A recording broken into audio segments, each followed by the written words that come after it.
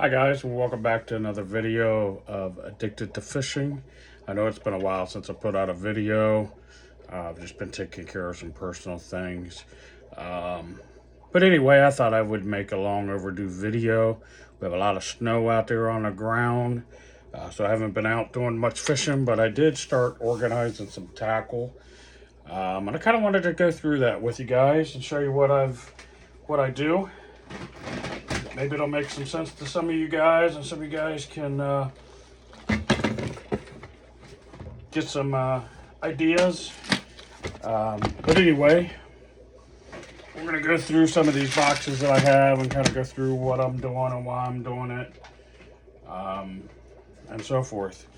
So anyway, I carry a backpack because I do a lot of bank fishing. It's just an old Bass Pro Shop backpack.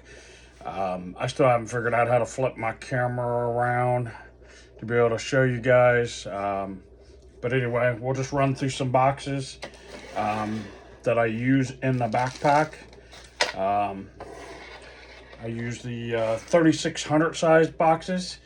Got two different kinds that I use. On a regular, well, I've got about 3 different kinds that I use on a regular basis. I use some of the Plano 3600s. I don't remember what they call these. There's like a latch series, I believe. So anyway, this one happens to be some larger top waters, some glide baits, some wake baits, Magnum square bills. This is just a box that I would throw in if I know that that's what I'm going to be needing for the day. I've got quite a handful of those size boxes. And then what I normally carry in my backpack are the Plano Edge series. And then I recently, for the money, I thought I would give them a try and see what the big difference was. There's quite a bit of difference in price. But I bought some of the KastKing, same type box as the Plano Edge, almost identical. And there's some different reviews out there on those, but I'll quickly run through some of these boxes and then I'll show you what the, kind of how I'm breaking them down. Like this one, I don't carry this one a lot, especially when I'm doing more of the finesse fishing. It has some underspins, some of my homemade spin heads, some square bills, some top water. But again, these are boxes that I can quickly kind of change about. They're kind of like a day box. I keep a lot of the old school Plano deeps, and I mark them what they are. And this is just like some bulk storage. I use those, and I use all my 3700s. Again, the Plano latch. This is almost all underspins or specialty type baits, but I'll keep all that stuff in bulk, boxed up, and then I just make up these 3600 boxes for my backpack. A couple of the ones that are real quick and easy to go through. I kind of have a love-hate relationship with these boxes in both the 3700 size. This one's kind of empty, but it's my backup bladed jig box. The box, I like the concept, but I don't like some of the features to it. Same thing with the 3600 size. I can keep a lot of bladed jigs nice and straight, keep some regular jigs in there. And I carry a lot of bladed jigs when I go out fishing. One of my great confidence baits. Another easy, quick box. I can open this up a little bit here for you. This has got some of my different cranks that I'll take out. Poppers, little tiny micro cranks. Some of the small rattle trap or lipless type baits. Some small pencil baits.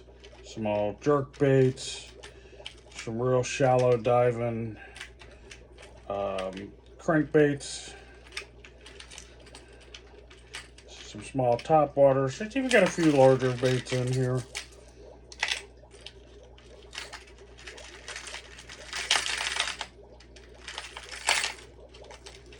You know, a little bit larger lipless, even more the full size lipless. And I can go through this box and change it out. Some real small glide baits.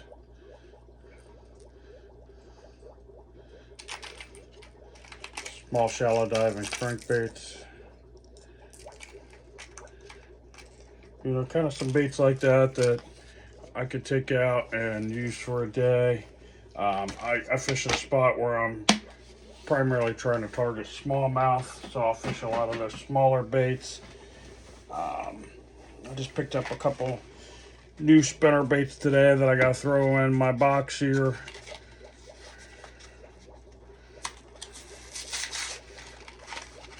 You know, guys, again, we do this on a budget. We try to keep this as budget friendly as possible. So I did go to the local Walmart and pick up a couple of the Strike King Mini King spinner baits. Great little smallmouth spinner bait. Picked up 2 of these today. These are like $2. So they're not too bad. I like using these when I go down to the river. And I'm trying to specifically target smallmouth, rock bass. But anyway, that leads me into kind of the next box. You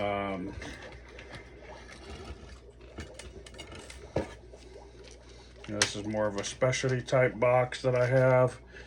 In here I have mini chatterbaits. Let me pull one out here. This is in a black and blue.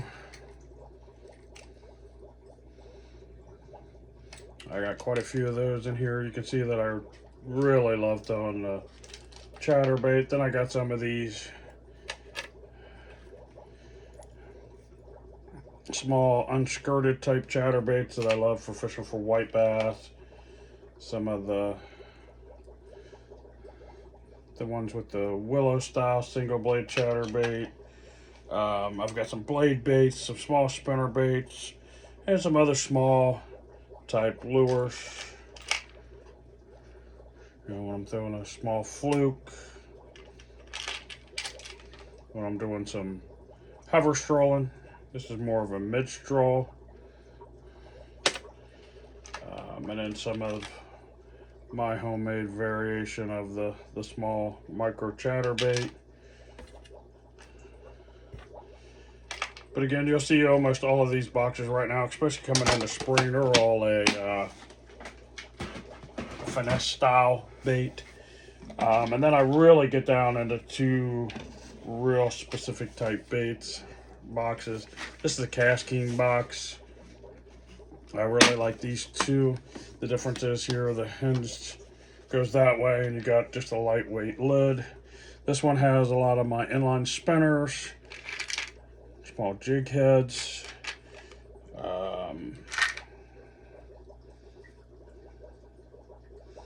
different things. Some of these I don't paint up just because I really don't need to. It's got my underspins that I'll use, inline spinners, some of my homemade Okashira screw heads that I make,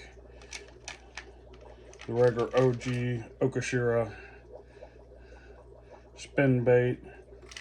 That's a lot of stuff for me to cover some mid strolling, some hover strolling, some techniques of that nature. Just going out, catching white bass, smallmouth, things of that nature. So I keep that box on hand. And then my last one is kind of my terminal tackle box that I keep in that bag. And then this one, I keep all of my terminal tackle. I know, guys, it's kind of hard to see, but I've got my nail weights, different swim bait hooks, different straight shank hooks. My hooks to set up for wacky rigging. Ned rigging, Nico rigging, and then my stuff when I do my hover strolling. You know, just some regular 90-degree bend hooks. And then I can take whatever soft plastic I want. Just set that up with a small nail weight. I've got different size nail weights. I've got stuff in here for drop shot, and I don't do a lot of drop shotting. Pegs, rattles, things of that nature. And I keep that all in the one compartment, the big main compartment. Some of those I'll carry all the boxes depending on what I'm fishing for, where I'm fishing. And then in the top section, you know, one of the things I can't strongly recommend enough, especially with Z-Man plastics, is keeping your plastics in the original bags. I can fit a lot more plastics in my bags that way. In my box, I keep a few regular full-size spinner baits or buzz baits, and I like to keep them in this box. But this has got mostly all my chatterbait trailers, everything from the chatter spike,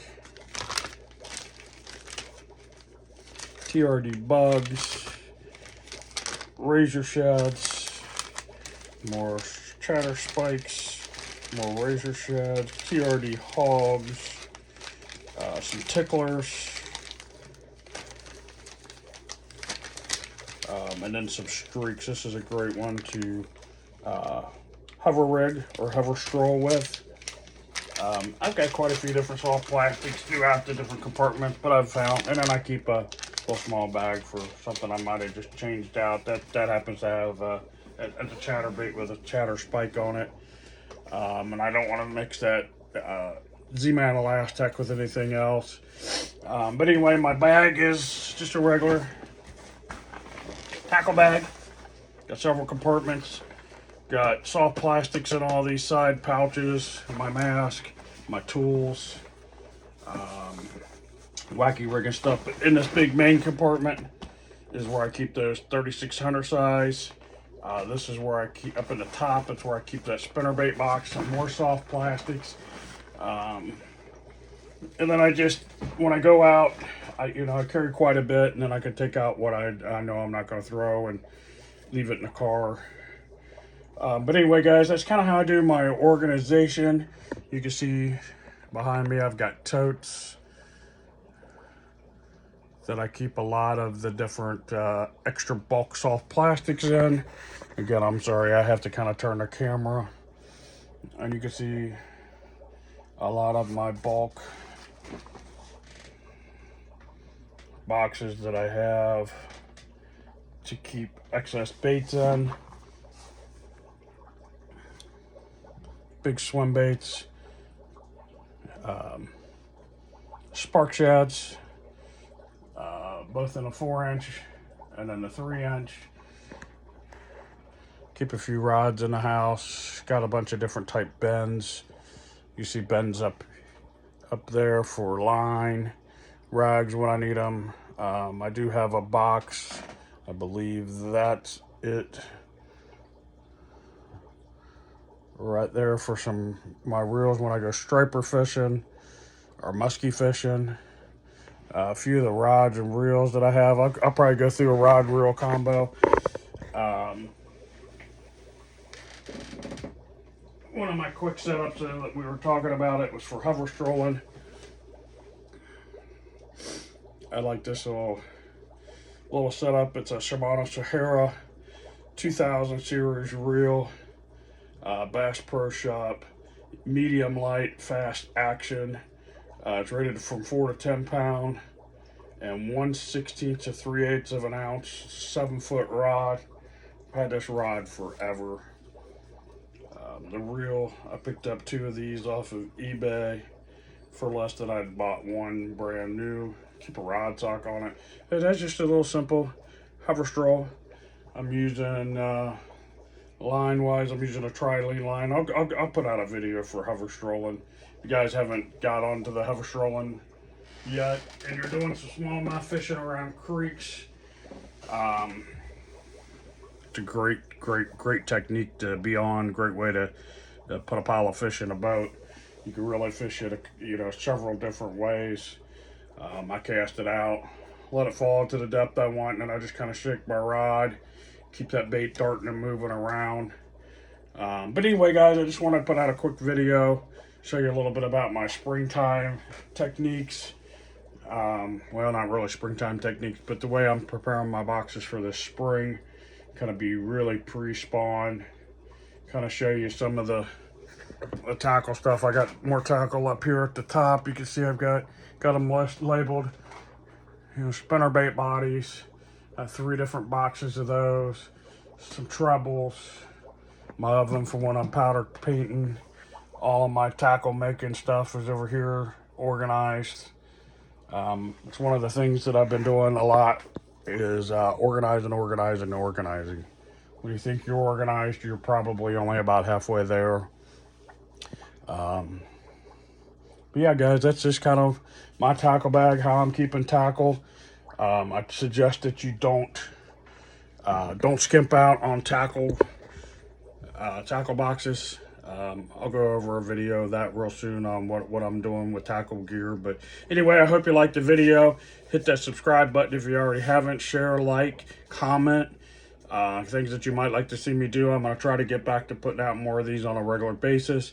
Anyway, thanks for watching, and I'll see you in the next one.